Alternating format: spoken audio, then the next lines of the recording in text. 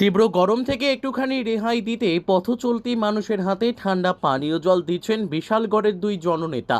শুক্রবার এই তীব্র গরমে দিনভর ঠান্ডা পানীয় জলের গ্লাস পথচলতি মানুষের হাতে তুলে দিলেন তারা। বিশালগড়ের বিধায়ক সুশান্ত দেব এবং টিআইডিসি এর চেয়ারম্যান নবাদল বণিক এর এই মানবিক কর্মকাণ্ডের প্রশংসা করছেন সাধারণ মানুষজন। তীব্র দাবদাহে অতিষ্ঠ রাজ্যের জনগণ, গরমে হাঁসফাঁস জনজীবন। সাধারণ পথচলিত মানুষের এই তীব্র গরম থেকে একটুখানি স্বস্তি দিতে বিশালগড়ে বিভিন্ন জায়গায় ঠান্ডা পানীয় জল এবং ফল তুলে দেওয়া হচ্ছে জনগণের মাঝে। বিশালগড়ের বিধায়ক তথা রাজ্য যুব মোর্চার সভাপতি সুশান্ত দেব এবং অপরজন রাজ্য যুব মোর্চার প্রাক্তন সভাপতি তথা টিআইডিসির চেয়ারম্যান নবদল বণিক এই উদ্যোগের ভূয়সী প্রশংসা করেন পথচলতি মানুষেরা।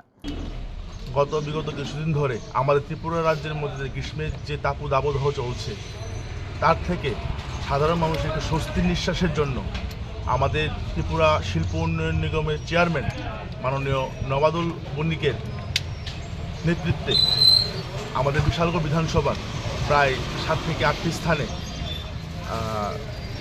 ঠান্ডা পানীয় জল, গ্লুকোজ, বিভিন্ন কিছুর সাধারণ পথচারীদের জন্য আমরা ব্যবস্থা করেছি।